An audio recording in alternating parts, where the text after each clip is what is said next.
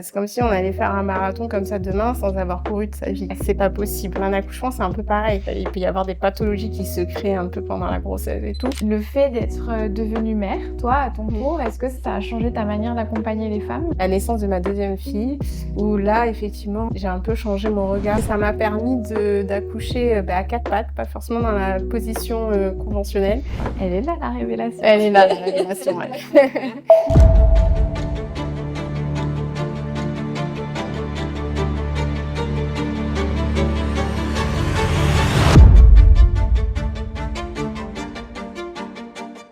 Merci beaucoup Laura d'être avec moi pour ce podcast aujourd'hui qui s'appelle Nue.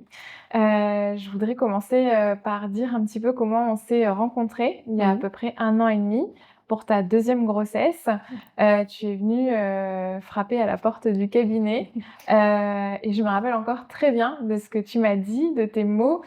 Tu m'as dit que tu étais curieuse parce que tu avais accompagné des femmes qui avaient fait des séances de kiné avec moi pendant leur grossesse et que tu voulais voir un petit peu qu'est-ce que je proposais par curiosité parce qu'il t'avait semblé que ça avait l'air intéressant. Tout à fait. Avant de nous dire, et tu nous le diras un peu plus tard dans le podcast, qu'est-ce que ça t'a apporté, je voudrais commencer déjà par te dire merci, un grand merci, d'avoir osé pousser la porte et d'avoir créé ce lien entre nous déjà et aussi entre kiné et sage-femme. Je pense que c'est un lien qui peut apporter beaucoup de choses aux femmes et on n'est qu'au début de ce que ce lien va pouvoir apporter pendant cette période magique que les femmes vivent au cours de leur grossesse. Et on aura l'occasion tout au long de ce podcast d'expliquer un petit peu comment les naissances évoluent aujourd'hui et qu'est-ce qu'on va pouvoir apporter, je pense, ensemble et avec aussi plein d'autres professionnels autour de la naissance. Alors, pour conclure cette introduction, je vais te poser ma première question. Est-ce que tu peux te présenter sans forcément parler de ton métier, mais de qui tu es vraiment pour toi? Alors, comment me présenter? Je pense que je suis une femme assez positive, assez optimiste dans la vie et je crois, j'ai plein de rêves en tête et j'y crois jusqu'à ce qu'ils se réalisent, assez déterminée dans la vie. Et voilà, un peu discrète et très rêveuse, mais voilà, quand j'ai des objectifs, j'essaye d'aller jusqu'au bout pour pas avoir de regrets et c'est ce qui me motive en fait dans la vie. C'est une très belle description et je te vois tout à fait comme ça. Pour t'avoir connue et on s'est suivis pendant plusieurs mois, Oui. je te sens persévérante et exactement ça. Et tu vas aussi à la recherche et piocher dans des choses et essayer du coup d'apporter avec toute ton expérience, tout ce que tu peux apporter aux femmes. On parlera de ton métier bien assez tôt. J'essaye. Alors, le fil rouge de ce podcast, c'est de partir, peut-être, si tu as eu, une expérience qui a peut-être changé des choses dans ta vie, qui t'a bousculée ou qui t'a fait réaliser, des choses et de suivre un peu le fil, au cours de cette expérience. Est-ce que toi, il y a quelque chose qui t'a bouleversée, peut-être, un moment où justement tu t'es sentie, mise à nu et tu t'as eu un peu, une révélation ou peut-être quelque chose de plus doux qui s'est mis en place au fur et à mesure dans ta vie et qui l'a changé quelque part?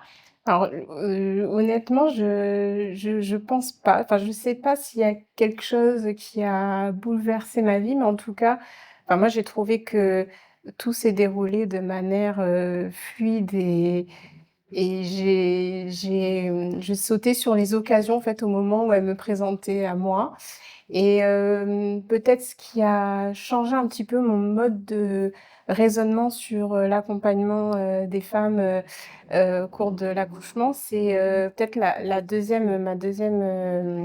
naissance de ma deuxième fille, où là, effectivement, ça a un petit peu, j'ai un peu changé mon regard sur l'accompagnement de l'accouchement, sans péridurale notamment et voilà. Mais sinon, jusqu'à présent, je pense que tous les éléments de ma vie, se sont imbriqués de manière naturelle et assez spontanée comment elles se sont présentées et j'ai un peu sauté sur les occasions, au fur et à mesure. D'accord, mais ça c'est une grande qualité aussi de savoir saisir les occasions, au moment où elles se présentent, sans forcément être, dans un quotidien où on a besoin de quelque chose, pour être réveillé, Ouais. choqué et se dire: «Ah, c'est cette direction-là, que je vais prendre». Mmh. Et justement, est-ce que tu as toujours voulu être sage-femme? Alors pas vraiment, j'ai jamais, dans mon parcours, déjà à la base, je j'avais pas forcément, le projet d'aller en médecine ou d'aller dans cette voie-là. Pour tout dire, quand j'étais au lycée, je voulais plus partir dans alors mon côté très rêveuse, dans l'événementiel avec, organisatrice de mariage, des choses comme ça. Ça, c'est mon côté très rêveuse et mon père m'a tout de suite dit: «Ne fais surtout pas ce genre de métier, tu vas pas y arriver», alors c'est des mots, qui maintenant, me posent question parce que peut-être que je serais arrivée jusqu'au bout, hein, on sait jamais, mais c'est vrai que pour lui, c'était pas assez, concret, quoi. Je vois Donc très bien les parents, ouais. les parents qui à l'époque, «Passe ton bac et on verra» et puis c'était un peu ça. Donc une fois que j'ai eu mon bac, j'ai dit: «Bon, beh, écoute, on va essayer médecine». Après j'aimais bien le relationnel avec les enfants.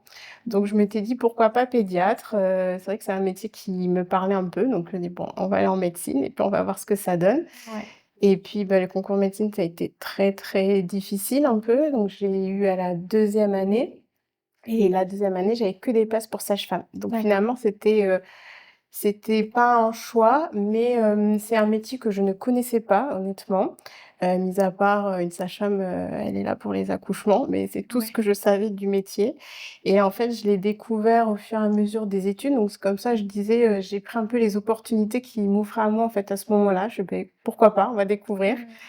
et finalement, c'est un métier que je regrette absolument pas et je trouve que, c'était peut-être le destin, enfin, c'était un choix de vie qui finalement me correspond, assez bien Ouais, le et destin a bien fait les choses pour toi. exactement. Et au final, je regrette pas. C'est Ouais, un chouette métier ouais. et j'essaye de maintenant de toujours, évoluer en fait dans mon métier parce Mmh. qu'au final, on a la formation de base mais, il y a tellement de choses À à développer. découvrir, à développer pour, accompagner les patientes, Ouais. Ah, c'est sûr, moi je pense qu'on en donc est qu'au début, ouais. je trouve presque que l'accompagnement aujourd'hui, il est un peu trop rudimentaire. Il y Ouais, aurait beaucoup de choses en plus, comme ça s'est médicalisé, pas oui. mal, bah, on est revenu à quelque chose presque de trop, simple alors qu'on pourrait apporter beaucoup quand quand les accouchements étaient moins médicalisés, on apportait plus aux femmes Mmh, finalement, plus mmh. d'attention, Tout à fait. Ouais, plus un cocooning en fait un peu exactement, et de pour la pallier, bienveillance pour, que cette naissance se passe du mieux possible, quoi. exactement. Mmh. Et le fait d'être, devenue mère, toi, à ton Mmh. tour, est-ce que ça t'a apporté quelque chose dans ton métier? Ça l'a changé? Ça a changé ta manière d'accompagner les femmes? Alors, oui, tout le monde me disait avant: «Tu vas voir, quand tu seras mère, ton métier, tu le verras différemment» et en fait, quand à la naissance de mon 1er enfant, je l'ai pas trouvé en fait. J'ai repris mon métier après mon congé maternité. Heu, j'ai pas réellement, senti de changement, en fait, dans la manière d'accompagner les patientes.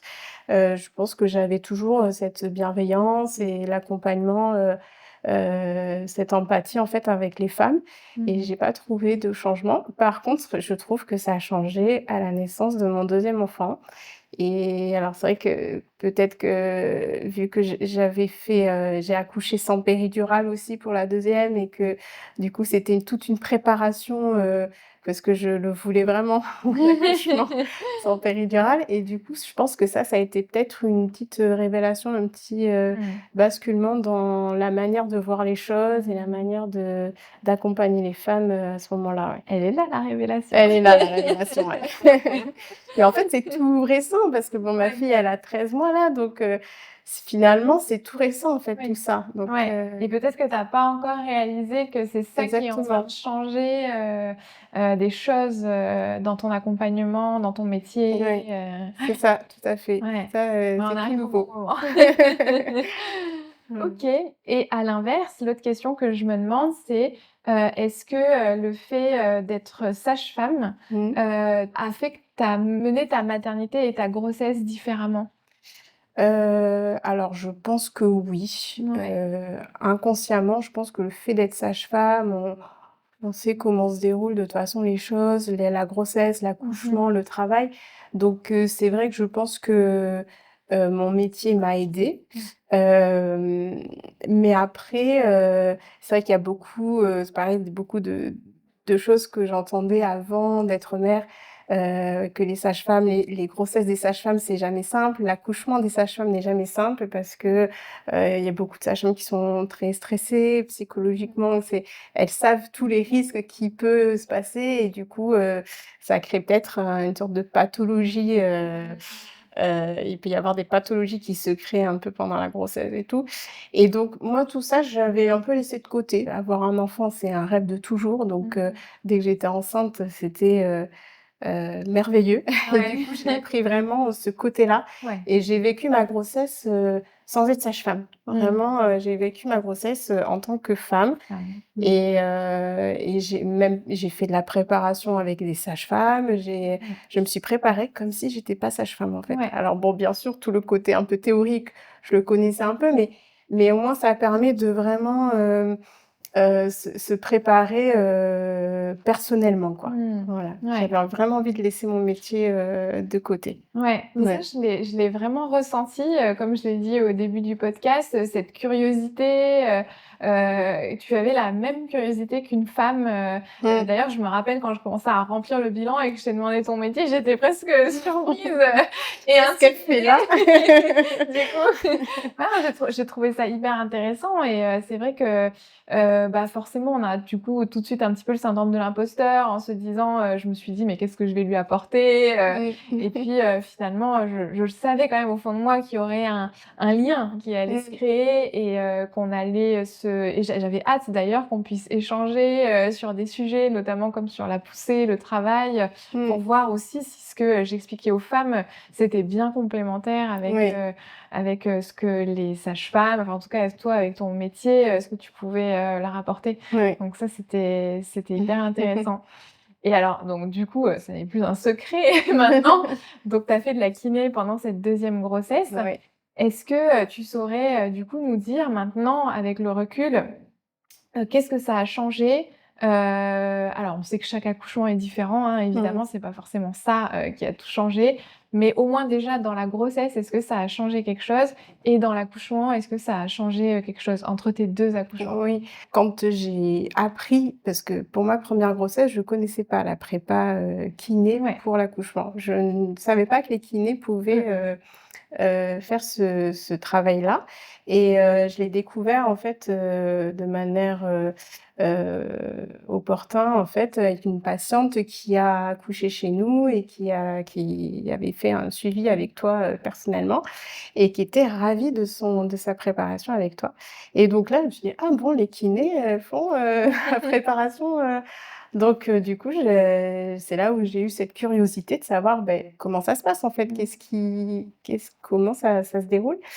Et heu et puis effectivement, donc du coup, quand, j'ai ouvert ta porte, c'était avec un peu 2 objectifs. Un objectif personnel pour, comme j'étais enceinte, je voulais me préparer vraiment à réussir mon accouchement, physiologique. Mmh.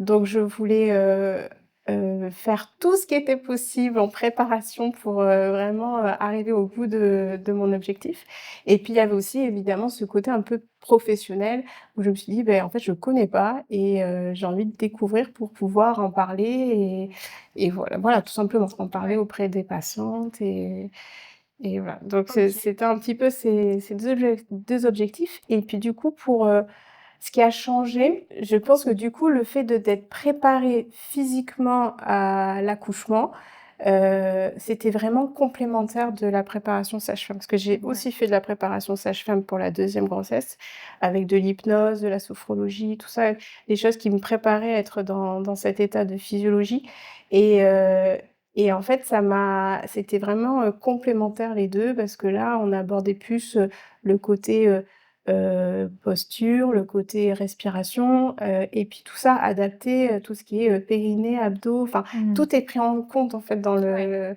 dans le corps Ouais. et ça c'est quelque chose qui est pas forcément abordé, avec une sage-femme. Mmh. Donc j'ai trouvé ça vraiment les 2 complémentaires et pour moi j'avais du coup, tous les outils pour, Ouais. réussir quoi. C'est ça aussi le but, c'est vraiment, de donner un maximum d'outils dans la boîte à outils, de nos Exactement, patientes et qu'elles arrivent avec tout ça le jour de l'accouchement et qu'on voit de quoi on peut se servir, le jour J, exactement. en Mmh, fonction du projet, en fonction de comment l'accouchement se déroule, et cetera. c'est ça. Et est-ce que, tu peux nous raconter un petit peu ton premier accouchement pour, savoir aussi pourquoi tu as autant, rêvé de ce deuxième accouchement sans péridurale? Oui, bah, du coup, je m'étais préparée pour le premier accouchement, donc plutôt dans alors sans sa on sait je suis sage-femme, donc je sais qu'il peut y avoir, le risque d'une médicalisation à tout moment, mais tant que ça se passait bien, moi, je voulais, accoucher sans péridurale et du coup, j'avais fait de la sophrologie, j'avais fait de l'hypnose, de l'auto-hypnose surtout et de la prépa piscine aussi. Enfin, je m'étais vraiment préparée, psychologiquement et physiquement, à à l'accouchement, à la douleur des contractions et je pense que j'ai quand même en tant que sage-femme, sous-estimé la la douleur des contractions Ouais. et ça a été très, très long en fait. Les premières contractions, quand elles ont démarré, c'était déjà très douloureux, ça a été très, très long et puis au bout de 24 heures sans qu'il se passe rien, Mmh. là, j'ai craqué pour une péridurale parce que Ouais. c'était, beaucoup trop difficile et long et j'ai eu une péridurale et alors j'étais pas totalement en travail non plus et en fait derrière, une fois que j'ai eu ma péri, je pense que tout mon corps s'est relâché. Je pense que psychologiquement, j'ai tout lâché Ouais. et là, ça s'est déroulé, super bien derrière et j'ai accouché très, très bien. Alors comme je suis un peu, têtue, j'ai arrêté d'appuyer sur ma péridurale, bien avant l'accouchement pour ressentir un petit peu les choses et j'étais contente parce que ça m'a permis d'accoucher, bah, à 4 pattes, pas forcément dans la position, conventionnelle, dans la position que j'ai choisie sur le moment parce que c'est celle qui me correspondait sur le moment et finalement, c'était, j'en garde un super bon souvenir. C'était Mmh. vraiment une naissance, fabuleuse, quoi. Ouais. Voilà, en plus, c'est le Ouais. premier très attendu, donc forcément, Mmh. toute, tout un aura qui se met dessus. Enfin, c'était vraiment, une rencontre magique. Ouais. Voilà Et et donc très têtue, tu t'es dit: oui, «Franchement, j'ai presque accouché, sans péridurale presque là, accouché sans j'ai péridurale. juste fait un moment de pause, la deuxième je le fais quoi». Voilà et la deuxième effectivement donc je me suis dit, «Il faut que je me prépare encore plus que pour le premier quoi, pour Mmh. vraiment avoir, comme tu disais, toutes les clés qu'il faut et rien regretter quoi» et donc du coup, quand j'ai eu les contractions, je me suis pas mise dans l'optique: «Ah ça y est, j'ai les contractions, c'est bon, c'est le travail, je Ouais. vais faire tout ce que j'ai appris et machin» et non, je me suis mise dans l'optique: «OK, j'ai des contractions, mais pour l'instant ça va, donc on va continuer notre vie normale comme s'il se passait rien» Ouais. et en fait, c'est ça un peu qui m'a aidée de pas, se Pas te précipiter, focaliser, voilà, pas se focaliser dessus et au final, c'est quand je suis arrivée à la maternité que là, ça s'est intensifié et après pour un deuxième, c'est souvent plus rapide et plus explosif aussi mmh.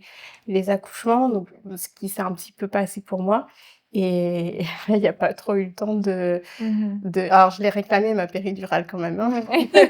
Il y a On quand sait même qu'on eu, le réclamera à un on moment la donné. réclame, hein, parce qu'il y a une phase de désespoir, mais en fait, au final, ça s'est déroulé très, très rapidement derrière Mmh. et je regrette pas du tout. C'était vraiment Mmh. une naissance, fabuleuse, quoi. Ouais. Voilà. Est-ce que tu as senti qu'il y avait quelque chose qui a fait la différence? Est-ce que c'est justement le fait de te pas t'être focalisée dessus? Est-ce qu'il y a autre chose, qui aurait pu faire la différence dans ce deuxième accouchement? Bah, je pense que déjà, c'est l'expérience du premier. Je Ouais. pense que du coup, on est, ouais, plus détendu là-dessus. Mmh. Après ce qui fait aussi la différence, c'est comme il y a le premier, il y a aussi la gestion aussi avec lui, donc Mmh. bah, la vie doit un peu continuer. Ouais, Donc en fait, encore on une est fois, moins focalisé sur, les contractions. Il faut savoir, beh, qui va le garder, comment on va s'organiser, comment on mmh, va partir à la maternité. Donc il y a toute cette gestion qui se met en route, donc du coup, bah, les contractions, on les met de côté finalement ouais, et puis après, je sais pas, qu'est-ce qui a changé, peut-être qu'après je me sentais plus prête aussi, ouais. par rapport à toute la prépa que j'avais fait, pendant la grossesse. Mmh. Ouais, Ouais, je me sentais peut-être plus sereine et ouais, plus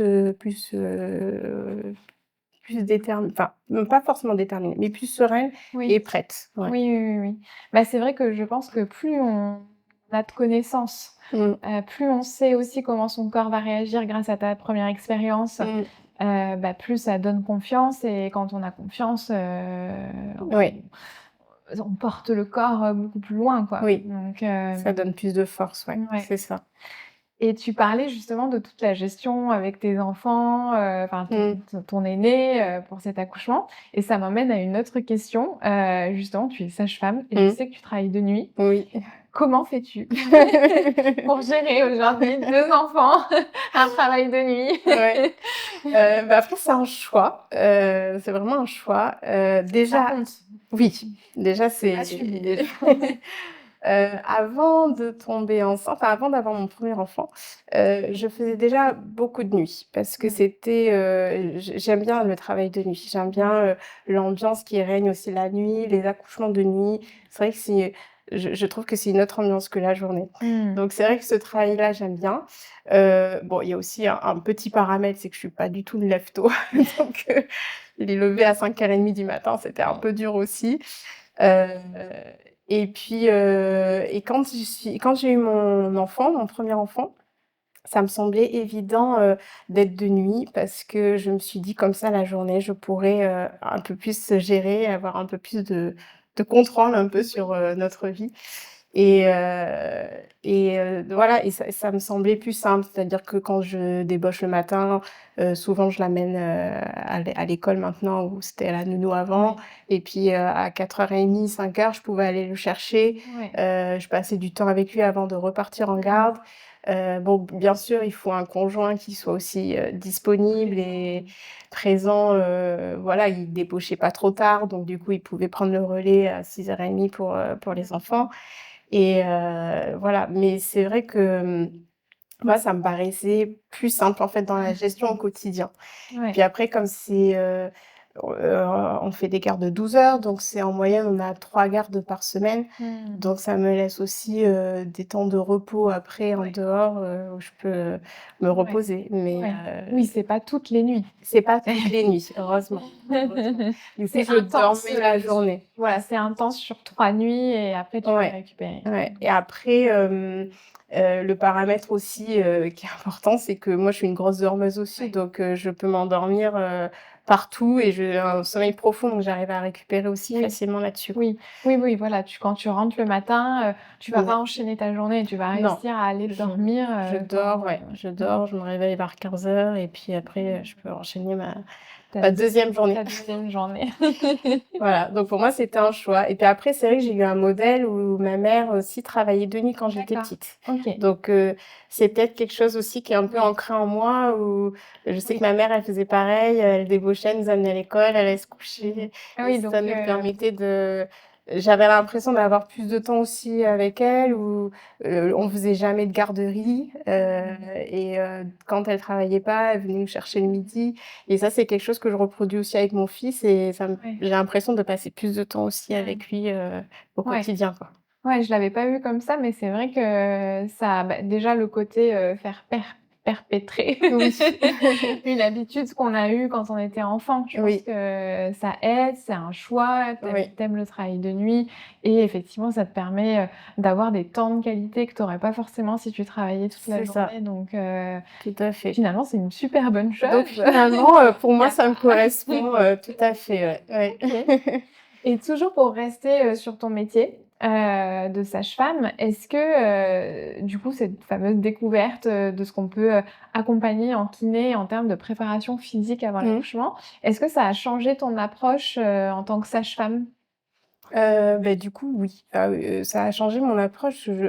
S J'ai trouvé vraiment que les 2 étaient complémentaires avec, ce qu'on peut apprendre avec une sage-femme. Ouais.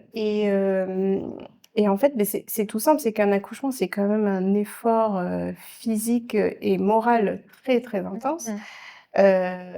Et c'est comme si on se préparait pas pour un marathon, par exemple. Mmh. C'est comme si on allait faire un marathon comme ça demain sans avoir couru de sa vie. Ouais. C'est pas possible, on pourra pas tenir dans la distance. Mais un accouchement, c'est un peu pareil.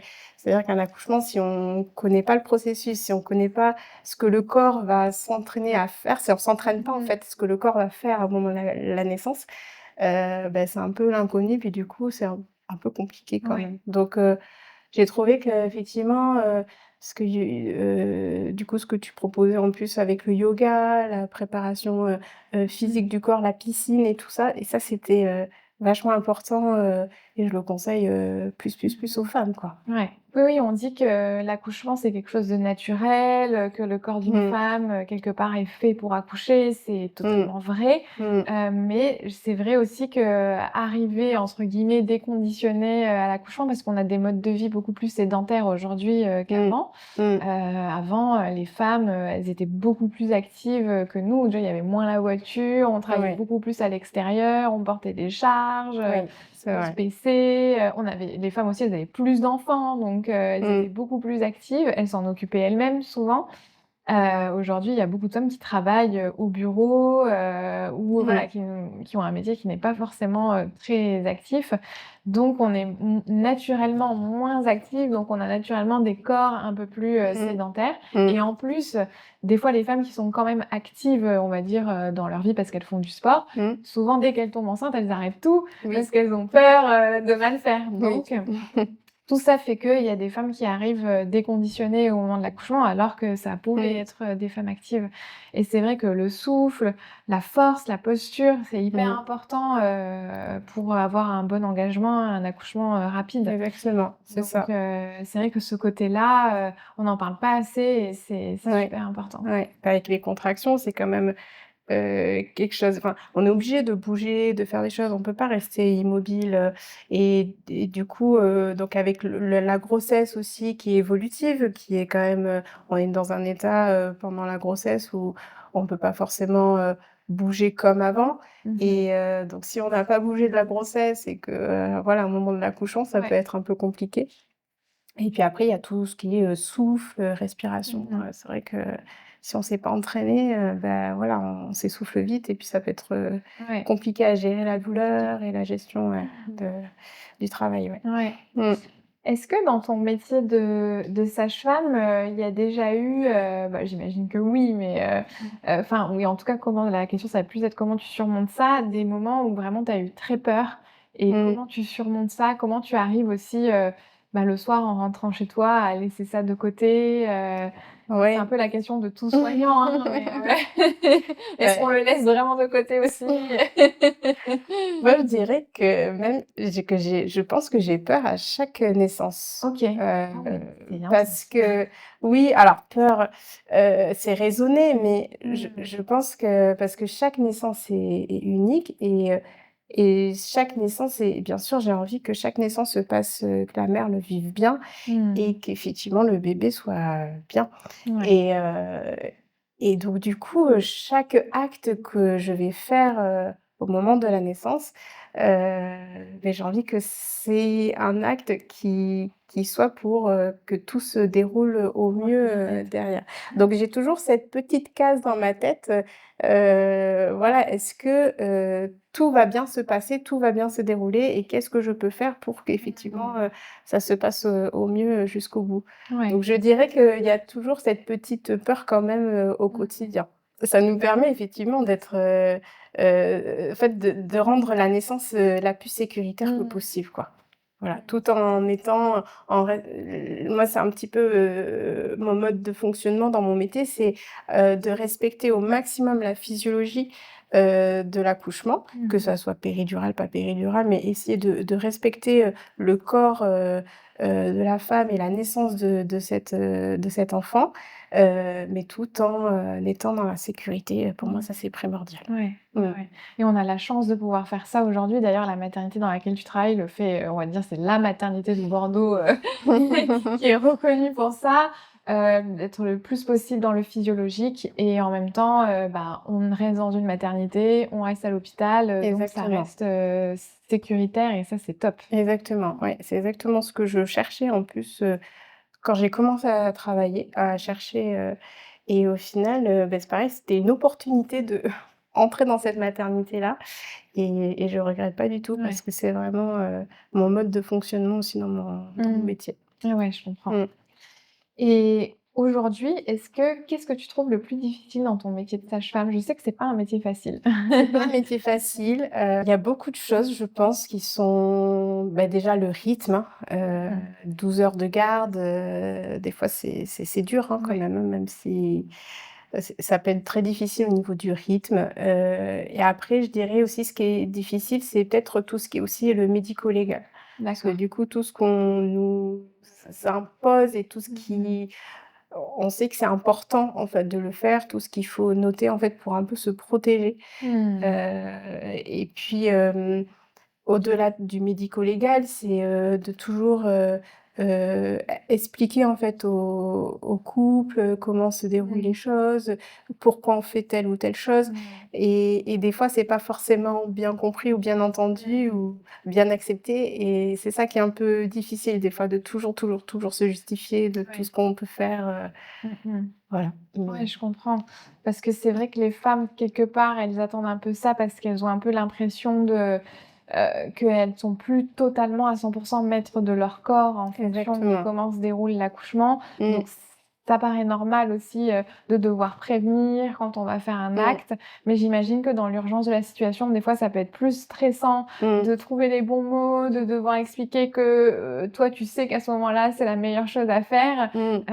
Et pour la femme qui, elle, c'est pas son métier et elle subit un peu, ce qui se C'est passe, ça. C'est vrai que c'est compliqué, je trouve, hein, pour quelqu'un qui connaît pas le métier, qui sait pas pourquoi on fait tel ou tel acte. ouais. Ça peut être très perturbant, psychologiquement. En fait, on s'abandonne un petit peu à une profession, et même si on s'est préparé, qu'on connaît des choses et tout ça, selon ce qui se passe pendant le travail, Ouais. on doit agir des fois un peu dans l'urgence ou Mmh mh. plus ou moins dans l'urgence.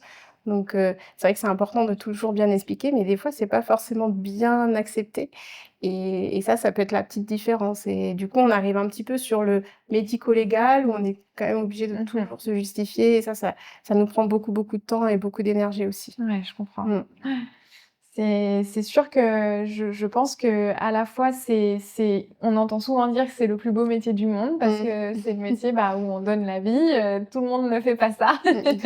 Mais il y a des côtés, je pense stressants, difficiles, Ouais. avec le rythme et au contraire, est-ce que, aujourd'hui, toi, tu te dis encore que c'est le plus beau métier du monde? Est-ce que tu trouves, Mmh. en tout cas, qu'est-ce que tu trouves le plus beau dans ton métier? On va plutôt dire ça comme Oui. ça.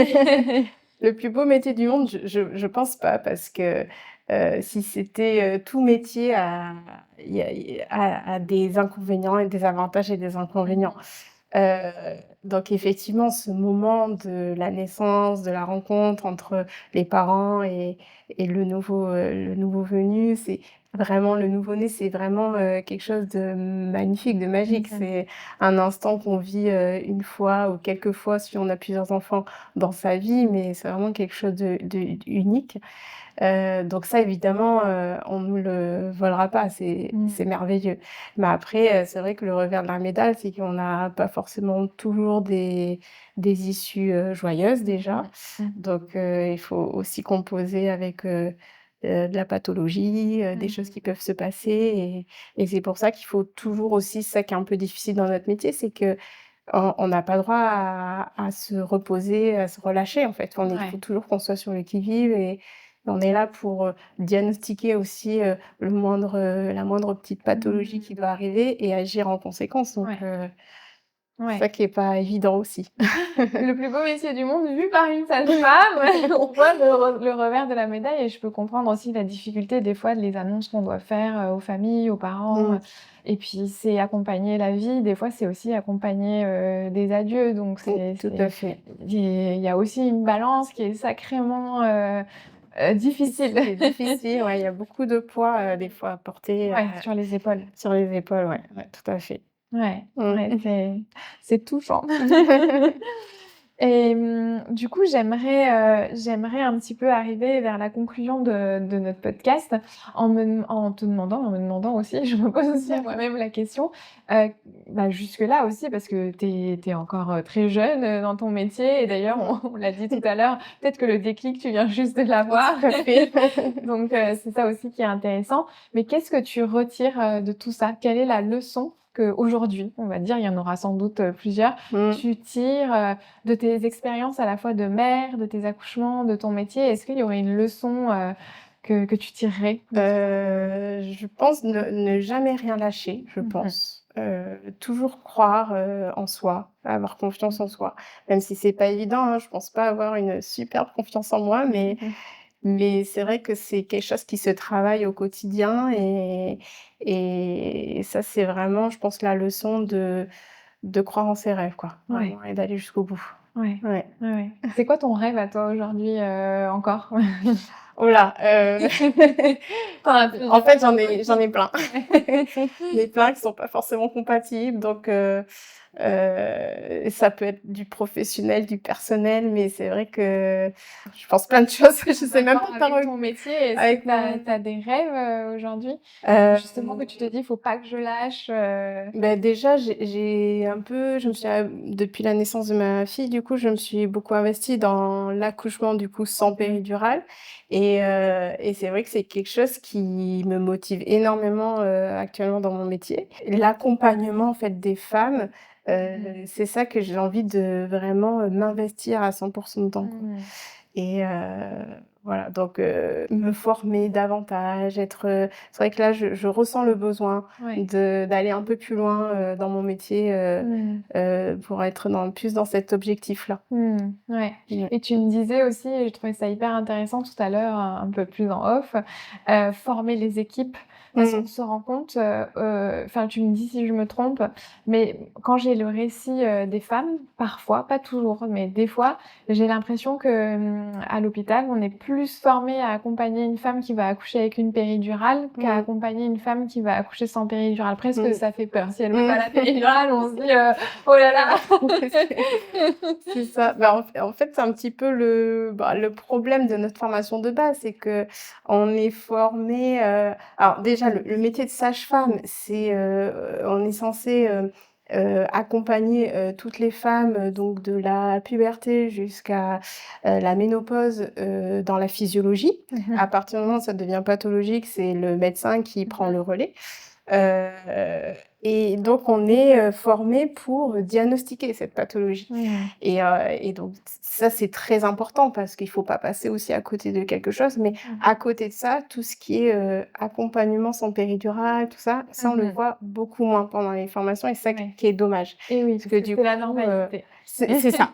Alors déjà, quand on fait des stages aussi dans les maternités où on voit la majorité du temps, les femmes, elles accouchent avec une péridurale. Donc c'est vrai que tout ce qu'on voit, ça va être la gestion, toute la surveillance qu'il faut faire, autour de la péridurale, l'accouchement un peu médicalisé, voilà, si ça avance pas, il y aura telle chose à faire. Enfin, tout est Ouais. médicalisé, en fait, au Mmh. final et c'est ça que je trouve dommage et en fait, j'ai appris, en fait, mon métier de sage-femme en étant sage-femme Mmh. et grâce à aussi, des collègues de travail, Mmh. fabuleuses qui m'ont, vraiment, inculqué ça Mmh. et je pense aussi grâce à aussi à la maternité où je Mmh. travaille où du coup, il y a aussi cette volonté en fait d'accompagner la physiologie Mmh. et en fait progressivement j'évolue en fait dans mon métier et c'est ça qui est chouette, c'est qu'on stagne pas, Mmh. on Ouais, évolue ouais.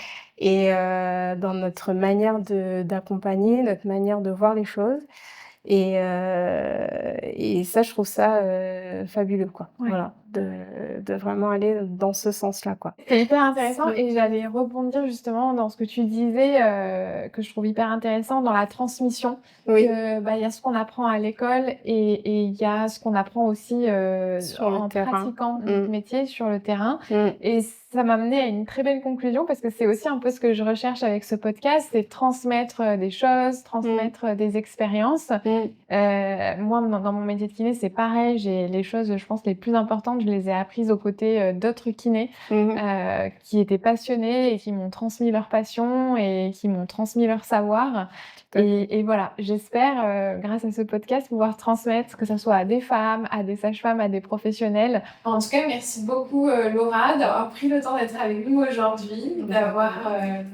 vraiment, transmis tout ce que tu nous as transmis, ton expérience, aussi comment tu arrives à organiser ta vie personnelle avec ton métier de sage-femme. Et j'espère que ça pourra inspirer des femmes, euh, peut-être éclairer aussi des femmes qui se préparent à un accouchement. Et puis, on va te dire à très bientôt. Merci beaucoup. À bientôt.